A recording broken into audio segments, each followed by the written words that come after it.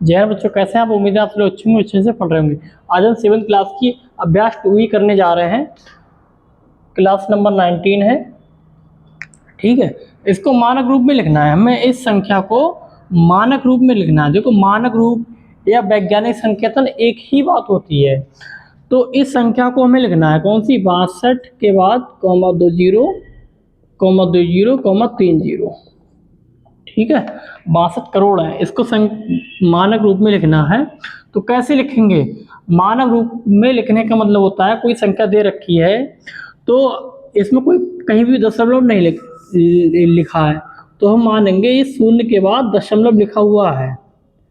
तो इस दशमलव को हम यहाँ पर लेके आएंगे, यहाँ पर 6.2 यहाँ पर लेके आए दशमलव। अब दशमलव इस साइड में कितने अंक खिसका? 6.2 इंटू 10 के ऊपर घात वो लगाएंगे कि ये दशमलव इस साइड में कितने अंक खिसका। 1 2 3 4 5 6 7 8 अंक खिसका, तो 10 की घात 8। ये है हमारा मानक रूप, ठीक है। ऐसे करते हैं। अब इस संख्या को वैज्ञानिक संकेतन में लिखना, कोई बात नहीं, एक ही बात। मानक रूप वैज्ञानिक संकेतन एक ही बात होती है, ठीक है। अब इस संख्या को देखो, पॉइंट यहां रखा, पॉइंट के बाद 4 जीरो फिर 8 है। इस बार हम दशमलव इधर खिसकाएंगे, ठीक है। जब हम दशमलव इधर खिसकाते हैं तो घातें प्लस में ऐड होती हैं। अब पॉइंट के बाद संख्या है 8, लिखेंगे 8.0 गुणा 10 की घात। अब हम पॉइंट इधर खिसकाएंगे, ठीक है। ये 10 से खिसकाएंगे तो पॉइंट जितने अंक खिसकाएंगे वो 10 की घात माइनस में लग जाएगी। 1 2 3 4 और 5, 10 की घात -5, ठीक है। ये हमारा आंसर है। यही वैज्ञानिक संकेतन है, ठीक है। अच्छा, वैज्ञानिक संकेतन इसे क्यों कहते हैं? क्योंकि वैज्ञानिकों को बहुत बहुत बड़े मान निकालने पड़ते थे। किसी भी चीज़ के बहुत बड़े मान आते थे, छोटे से बहुत बड़े। तो उन छोटे छोटे मानों को, बहुत बहुत बड़े मानों को हम जो सामान्य बोलचाल है या सामान्य गणित है उसमें हम नहीं लिख सकते। इसको वैज्ञानिक संकेतन में लिख सकते हैं। ये बड़ी बड़ी संख्या होती है, इसको तो हम पढ़ लिया, चलो। इसके आगे अगर हम 7 जीरो और लगा दें, उस संख्या को नहीं पढ़ सकते, लेकिन उस संख्या को ऐसे पढ़ सकते हैं। 6.2 10 की घात 8 है, ऐसे पढ़ सकते हैं हम। 6.2 10 की घात 8 ऐसे पढ़ना होता है। ये होता है वैज्ञानिक संकेतन या मानक रूप, ठीक है। बस ये इस चैप्टर में यही सिखाया है। घातांक वाला चैप्टर है, उसके सारे प्रश्नावली हो गई हैं जो हमने नियम बताए थे उनसे। अब ये भी बता दिया था हमने आपको। अब मानक रूप, यही मानक रूप है, इससे प्रश्नावली है। मानक रूप आपको सिखाया जा रहा है, क्यों? क्योंकि आप आगे आप साइंस पढ़ोगे तो उसमें आपको पढ़ने में दिक्कत ना हो, इसीलिए आपको 7th क्लास के गणित में मानक रूप सिखाया जा रहा है, ठीक है।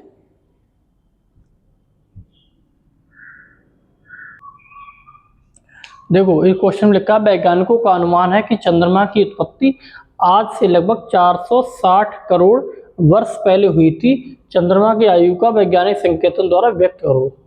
अब ये लैंग्वेज का कोई मतलब नहीं बनता, बस आपको नॉलेज दे दी कि ये होता है। हमको बस इतना ध्यान रखना है, 400, चंद्रमा की आयु कितनी है? चंद्रमा की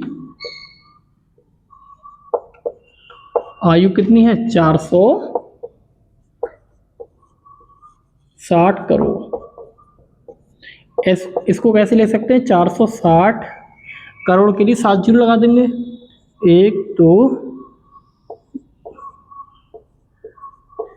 ये हो गए 460 करोड़। अब इसको वैज्ञानिक संकेतन में लिखना है हमको। कैसे लिखेंगे हम? देखो, पॉइंट कहीं नहीं है तो यहाँ पर पॉइंट है। पॉइंट हम इधर खिसका रहे हैं, क्योंकि इधर खिसका रहे हैं तो इसलिए 4.6 गुणा 10 की घात। जितने अंक खिसकेगा उतनी घात हम प्लस में यहाँ पर लगा देंगे 10 के ऊपर। कितने अंक खिसक रहा है? 1 2 3 4 5 6 7 8 और 9। कितने अंक खिसका? 9 अंक किसका। ठीक है, ये क्या होगा, वैज्ञानिक संकेतन होंगे चंद्रमा की आयु का। यही हमारा आंसर है, सिंपल।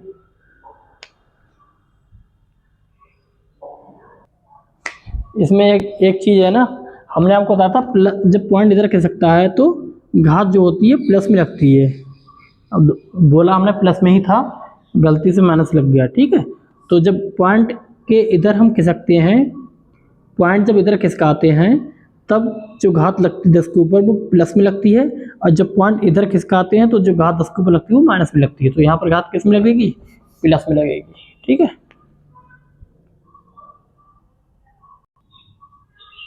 अब देखिए पृथ्वी की सूर्य से दूर इतनी देर रखी है, इसको हम मानक रूप में लिखेंगे। मानक रूप मतलब अंग्रेजी में से स्टैंडर्ड फॉर्म भी कहते हैं। तो दूरी कितनी है, पृथ्वी की सूर्य से दूरी कितनी है, 15 करोड़ किलोमीटर। ये कॉमा है, ठीक है, किलोमीटर। इसको मानक रूप में लिखो। मानक रूप में लिखने के लिए क्या करोगे, 1.5 गुणा 10। पॉइंट यहाँ पर आएगा, जब यहाँ पर पॉइंट आया तो पॉइंट कहीं नहीं है, यहाँ से आया इधर, तो कितने अंक इधर किसका, 1 2 3 4 5 6 7 8 प्लस, चूंकि पॉइंट इधर खिसक रहा है तो घात प्लस लगेगी, किलोमीटर। ठीक है, यही हमारा क्या है, आंसर। अब ऐसे इसमें पृथ्वी का द्रव्यमान ये हमें मानक रूप में दे रखा है, अब इसको हम साधारण संख्या में लिखेंगे ऐसे रखे। ठीक है, पृथ्वी का द्रव्यमान कितना दे रखा है, 5.98 गुणा 10 की घात 22 क्विंटल। ठीक है,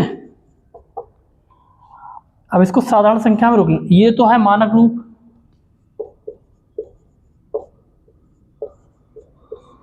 साधारण संख्या में लिखना है, कैसे लिखेंगे हम, 598। अब देखो हमने बताया था जो घात प्लस में होगी तो दशमलव इधर किसका है। ठीक है, अब हम 22 अंक पॉइंट से इधर 22 अंक तक दशमलव किसका आएंगे, देखिए 1 2 3 4 5 6 7 8 9 10 11 12 13 14 15 16 17 18 19 20 21 22 इतने अंक। ठीक है, ये जीरो जो है इसके यहाँ पर है, इतने जीरो लगेंगे। कितने जीरो लगेंगे, 1 2 3, ये तो साधारण रूप हो गया।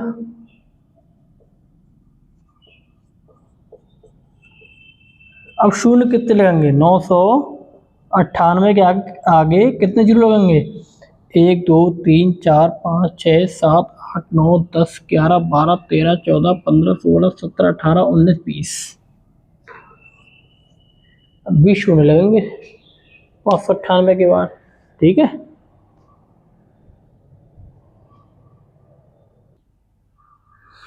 देखो हमें इन संख्या को वैज्ञानिक संकेतनों में व्यक्त करना है, वैसे सब कुछ वैसा ही करना जो अब तक हम करते चले आए हैं। कैसे, पॉइंट यहाँ पर कहीं नहीं लगा है, हम मान लेंगे पॉइंट यहाँ पर लगा है, तो पॉइंट कितने अंक इधर किसके, हम पॉइंट हमेशा पहले अंक के बाद लगाते हैं, तो 4.25। अब यहाँ से पॉइंट इधर कितने अंक किसका, इधर इस साइड में 1 2 3 4 5 6 अंक किसका, तो 10 की घात प्लस के 6 लग जाएंगे क्योंकि पॉइंट इधर खिसक रहा है। ठीक है, ये आंसर इसका हो गया। इसको पहले तो इसको संख्या के लिख लो, क्या है ये, 2 करोड़ 20 लाख, 2 करोड़ 20 लाख। ठीक है, 1 2 3 4 5, इकाई ढाई सैकड़ा हजार दस लाख 10 लाख करोड़। ठीक, 2 करोड़ 20 लाख हो गए। इसको वैज्ञानिक संकेत में लिखेंगे, कहीं पॉइंट नहीं लगा तो हम पहली संख्या के बाद हमेशा पॉइंट लगाते हैं, 2.2 गुणा 10 की घात। अब पॉइंट यहाँ से इधर किसके, कितने अंक किसकेगा, 1 2 3 4 5 6 7, 7 अंक किसका ना इधर, तो घात लग जाएगी प्लस की 7। ठीक है, ऐसे लिखेंगे। इसको कैसे करेंगे, देखो पॉइंट हमेशा एक संख्या के बाद लगता है 4, ऐसे लिखेंगे 4.5 ठीक गुणा 10 की घात। अब पॉइंट हमारा इधर खिसक रहा है ना, इधर चल रहा है, कितने अंक चला 1 2 3 4 5, 5 अंक चला। क्योंकि पॉइंट इधर चल रहा है ना तो घात माइनस की लग जाएगी 5 10 के ऊपर। ठीक है, ऐसे ये 2.5 गुणा 10 की घात, पॉइंट इधर से इधर चलेगा 1 2 3, 3 अंक चला तो -3। ये हमारे आंसर है सारे। ठीक है, ये वैज्ञानिक संकेतनों में हमने व्यक्त कर दिए। ठीक है,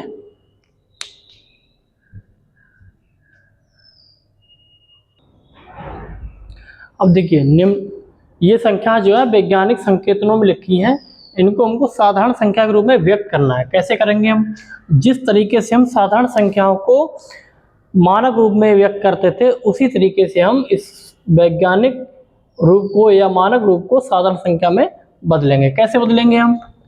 हमने बताया था घात अगर प्लस में हो तो पॉइंट उतने अंक इस साइड में खिसकेगा।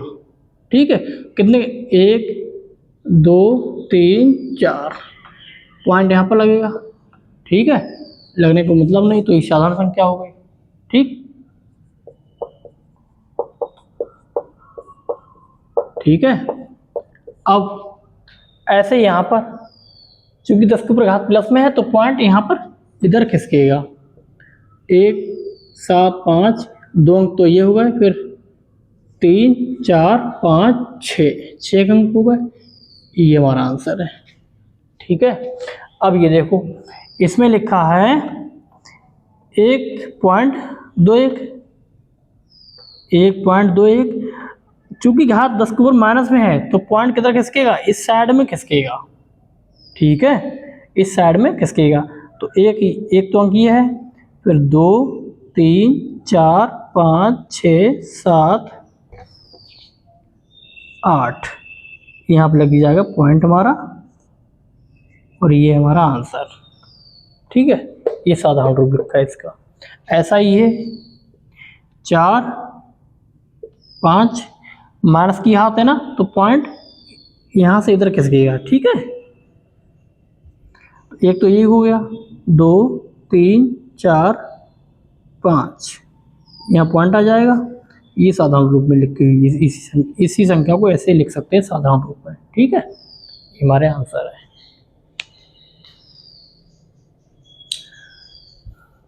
जब उसको बदल रहे थे साधारण संख्या को अगर इसके रूप में बदलेंगे तो पॉइंट इधर कह सकता है। अगर वैज्ञानिक रूप को साधारण संख्या में बदलेंगे जब घात पॉजिटिव हो तो पॉइंट इधर कह सकता है। ठीक, इसका उल्टा अगर इसको वैज्ञानिक रूप में बदलेंगे तो पॉइंट इधर खिसकेगा, और इसी को वैज्ञानिक रूप को साधारण संख्या में बदलेंगे तो पॉइंट इधर खिसकेगा। याद रखना।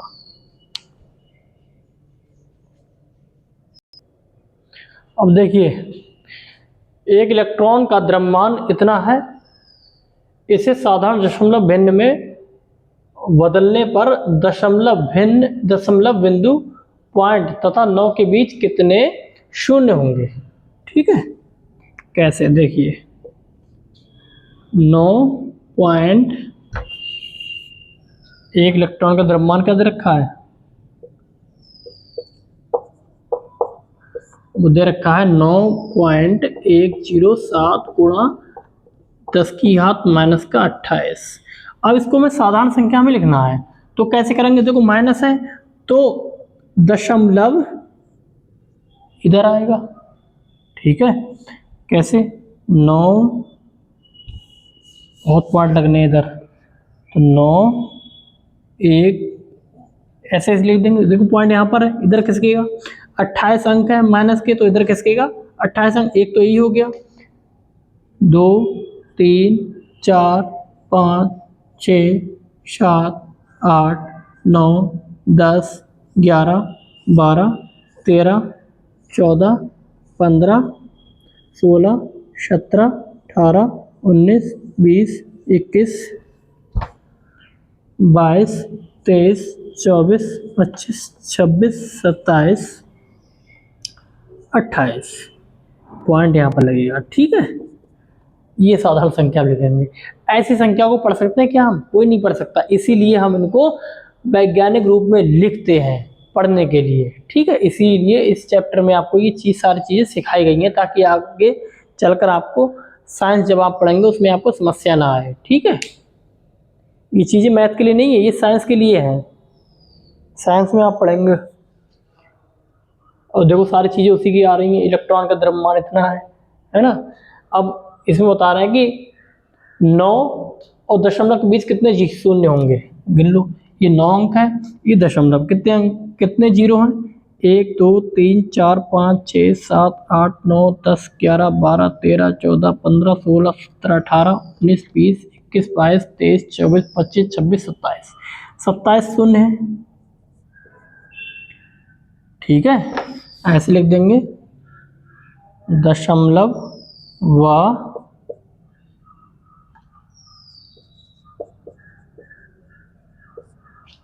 9 के बीच 27 शून्य है,